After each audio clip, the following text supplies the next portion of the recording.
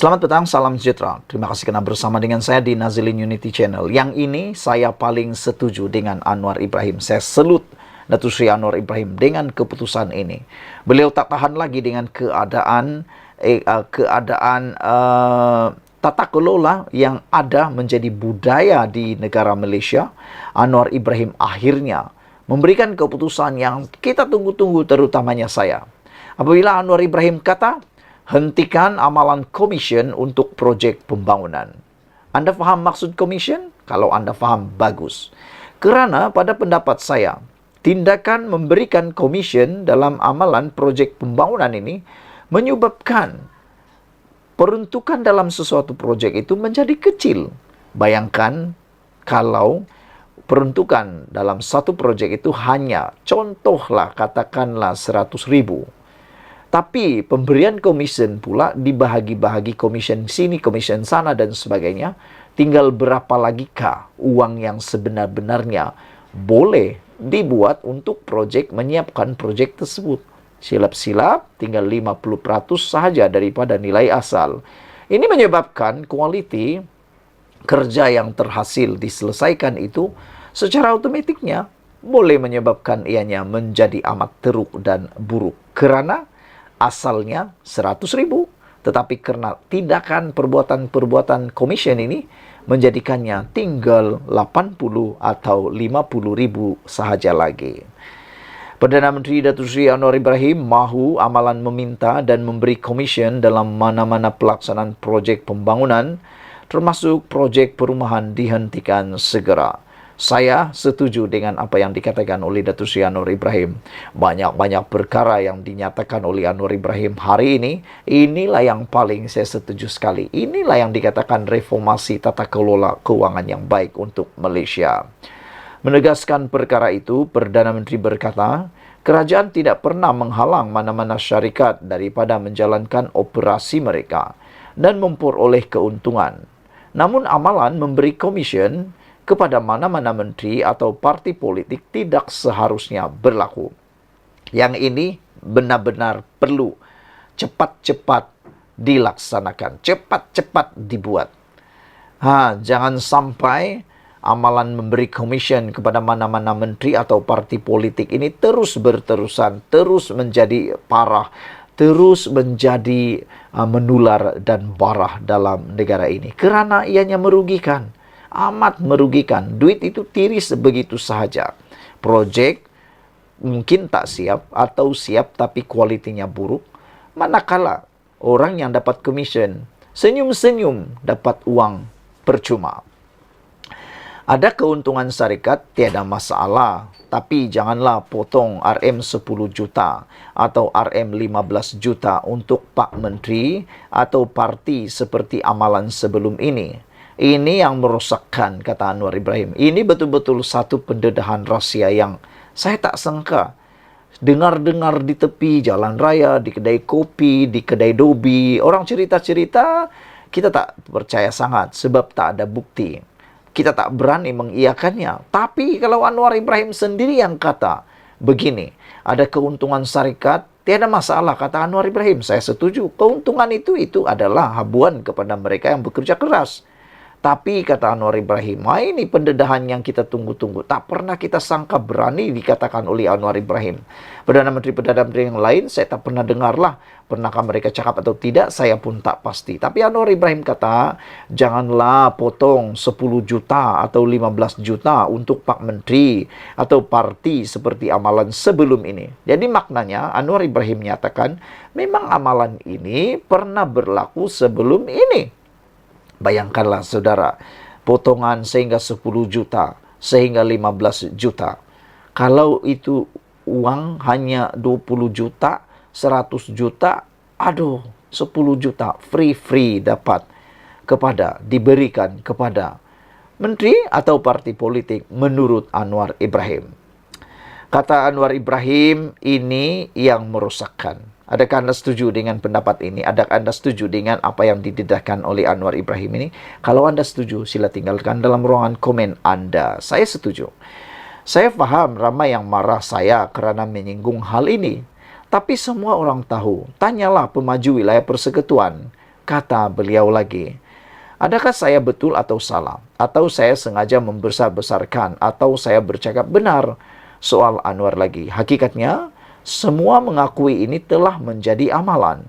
Jadi kita harus hentikan amalan buruk ini, katanya, ketika merasmikan Majlis Pecah Tanah Residensi Wilayah dan Residensi Prihatin Madani serta Pusat Penjajah Madani di Desa Tasik Sungai Besi di Kuala Lumpur hari ini. Perdana Menteri berkata adalah lebih baik peruntukan komision berkenan dipulangkan kepada rakyat dengan mewujudkan banyak pembangunan projek seimbang, meliputi pembinaan projek perumahan bagi rakyat berpendapatan rendah dan pusat penjajah yang lebih tersusun.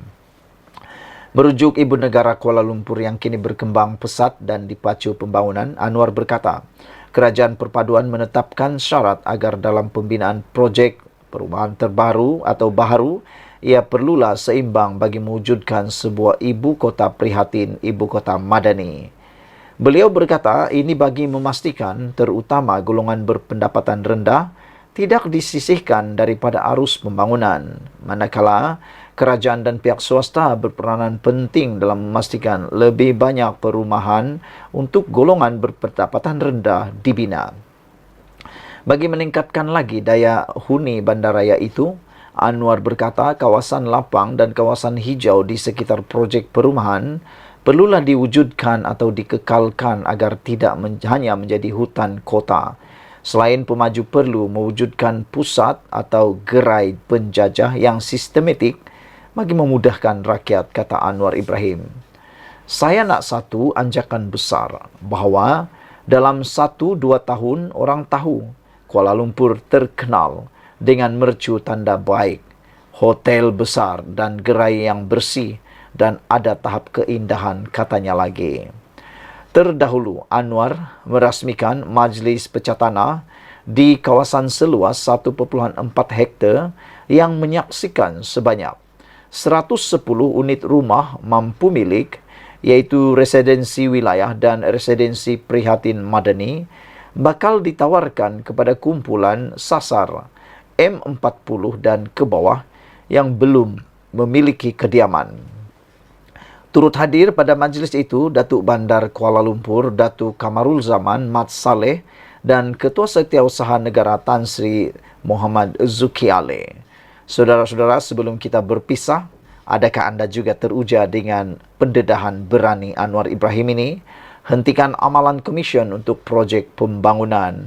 Anwar juga berkata, ada keuntungan syarikat tiada masalah. Tapi janganlah potong 10 juta ringgit atau 15 juta ringgit untuk Pak Menteri atau parti seperti amalan sebelum ini.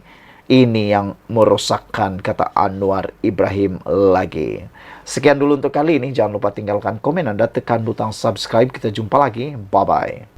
Selamat pagi, salam sejahtera. Terima kasih karena bersama dengan saya di Nazilin Unity Channel. Isu paling hangat pada pagi ini ialah pertanyaan, adakah Tun Mahathir Mohamad akan masuk parti PAS selepas PRN baru-baru ini?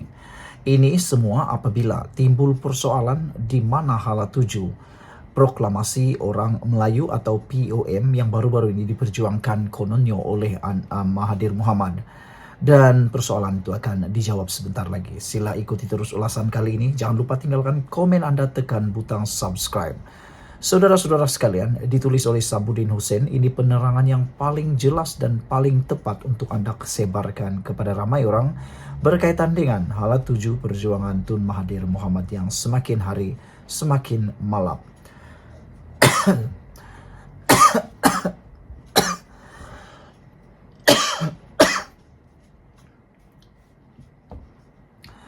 Saudara-saudara sekalian, selepas proklamasi Melayu menyepi, adakah Mahathir Mohamad akan menyertai PAS? Di sebalik keputusan PRN yang memperlihatkan Perikatan Nasional khususnya, Parti PAS berjaya memperoleh majoriti undi Melayu. Dalam masa yang sama juga, ia juga adalah berita pedih buat Tun Mahathir Mohamad yang memperjuangkan proklamasi orang Melayu POM. Tampak kelompok itu terlibat dalam kempen cubaan meletakkan 17 nama sebagai calon tidak diendahkan. Tiada mana-mana pemimpinnya termasuk Tun Mahathir yang turun padang berkempen. Malah, POM tidak pun menjadi sebutan sesiapa yang bertanding sama ada bersatu atau PAS dalam pilihan raya baru-baru ini. Hakikatnya, Perikatan Nasional tetap berjaya meletakkan dirinya sebagai pencabar unggul kepada Pakatan Harapan dan Barisan Nasional. Lalu, kemana perjuangan POM selepas ini? Kalau diteliti, perjuangan POM ini digerakkan hanya setelah Tun Mahathir yang sebelumnya bersama Pejuang dan GTA kalah dengan parah pada PRU 15 yang lalu. Untuk itu, sekurang-kurangnya ada dua tujuan POM itu digerakkan. Pertama, untuk menekan dan menjatuhkan Anwar Ibrahim yang merupakan musuh Tun Mahathir dan telah berkali-kali cuba dihalang oleh Tun Mahathir untuk menjadi Perdana Menteri. Kedua, untuk memperlihatkan Tun Mahathir masih relevan dalam dunia politik negara serta menjadikan dirinya ada tiket untuk bersama-sama dengan Perikatan Nasional yang merupakan satu-satunya blok pembangkang yang ada dalam negara ini. Berdasarkan keputusan PRU 15 di mana semua calon pejuang telah pun kalah teruk dan hilang deposit, Tun Mahathir sedar beliau tidak boleh lagi berjuang melalui blok ketiga, terutama dalam usahanya yang tidak pernah berhenti mahu menjatuhkan Anwar. Namun, untuk beliau terus bersama Perikatan Nasional, tentu ada sedikit rasa malu dalam dirinya. Berikutan Muhyiddin yang pernah memecatnya daripada bersatu itu dapatlah dilindungi kononnya demi membela nasib orang-orang Melayu. Untuk beliau terus bersama PN, tentu Mahathir ada sedikit rasa malu dalam dirinya berikutan perbalahannya dengan Muhyiddin Yassin pada tahun 2020 lalu selepas berlakunya peristiwa langkah Sheraton. Jadi setidak-tidaknya dengan menggagaskan POM, Proklamasi Orang Melayu, rasa melalu untuk kembali bertaut dengan Muhyiddin yang pernah memecatnya daripada bersatu itu dapatlah dilindungi. Kononnya demi untuk membela nasib orang-orang Melayu. Itulah yang terjadi, di mana setelah sedikit sebanyak menggerakkan POM dengan pelbagai aktiviti, Tun Mahathir akhirnya membuka mulut dan menyatakan sedia bekerjasama dengan Muhyiddin. Kedua-dua mereka telah bertemu sebelum PRN itu. Pun begitu, berikutan Muhyiddin kekal sejuk dan tidak menunjukkan jiwa sepenuh hati dalam pertemuan itu. Begitu juga dengan Hamzah Zainuddin selaku Ketua Pembangkang dan Setiausaha Agung PN atau Bersatu turut tidak berlebih-lebihan dalam memberi respon kepada Proklamasi Orang Melayu dan Tun Mahathir. Sudahnya tiada apa-apa jalinan kerjasama yang berjaya terbina.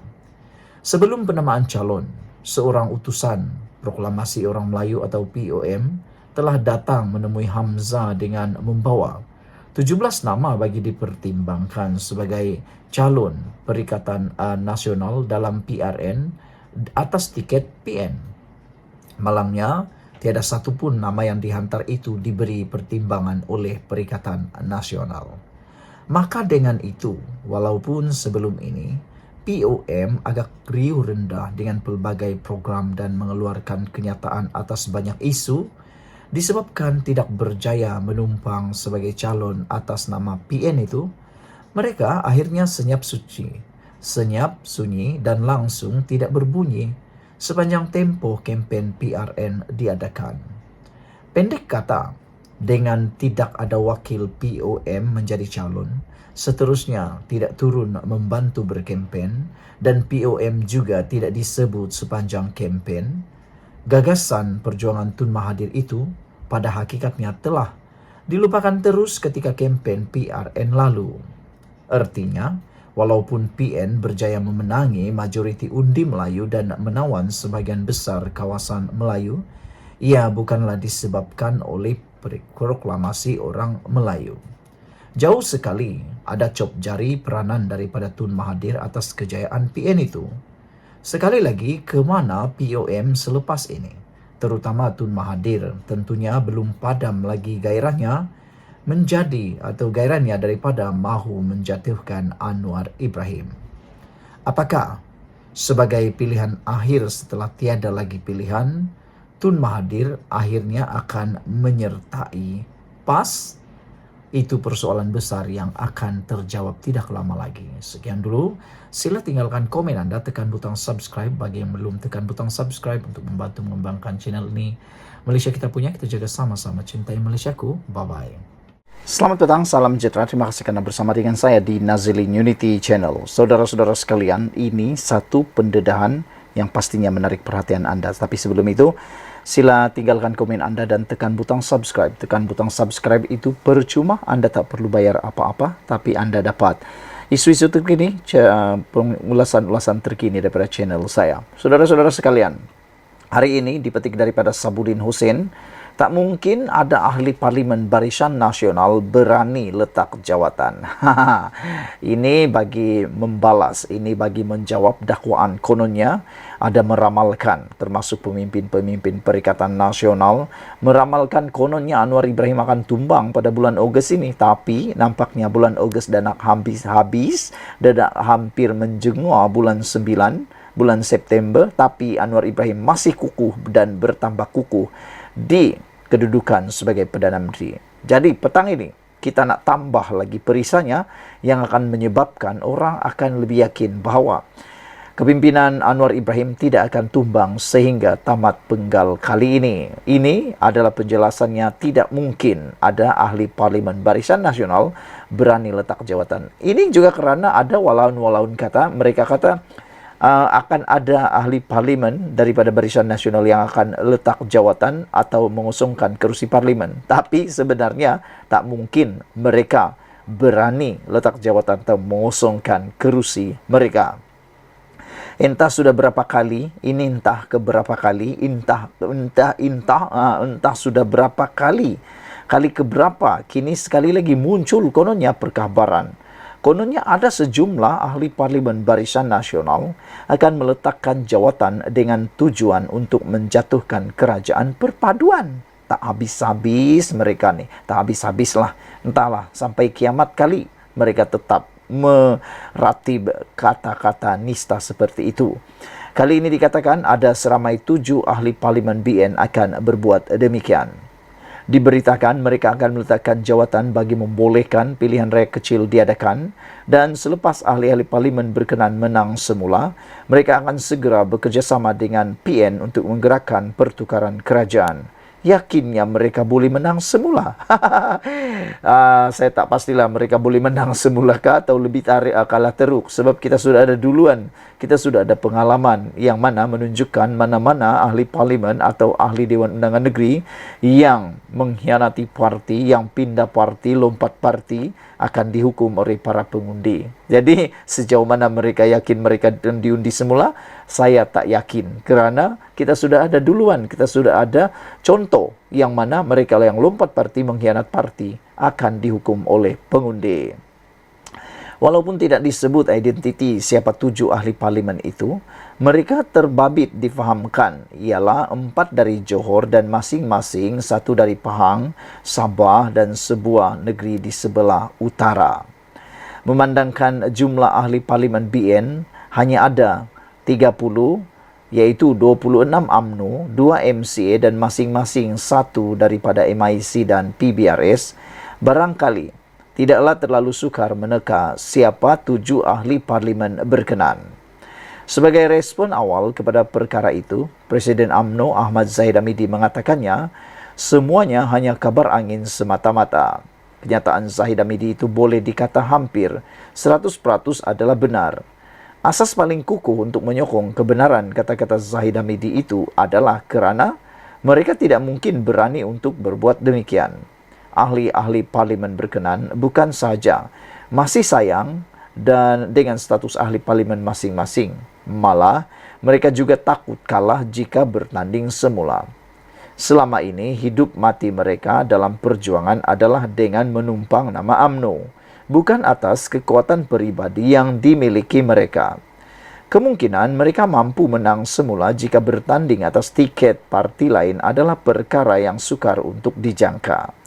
Selebihnya pula, kalau diperhalusi identiti paling mungkin siapa 7 ahli parlimen terbabit, tiada seorang pun daripada mereka ini didapati memiliki hati yang keras, tegas, berani mengambil risiko dan punya rekod melawan yang boleh dibanggakan.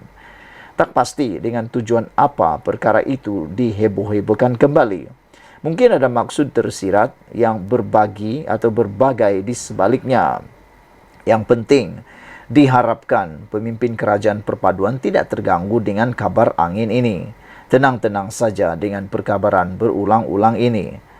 Mereka perlu lebih menumpukan sepenuh masa dan tenaga untuk memperbaiki lagi khidmat kepada rakyat kerana cabaran politik yang sebenar selepas ini ialah PRU 16 yang akan berlangsung kira-kira 4 tahun lagi.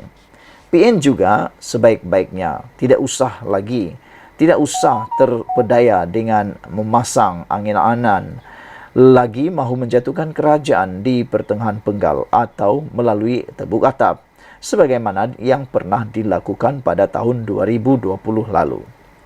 Sebaik berakhirnya PRN, banyak kerja harus mereka lakukan untuk memberi cabaran sebenar kepada PHBN dan kerajaan perpaduan dalam PRU 16 akan datang.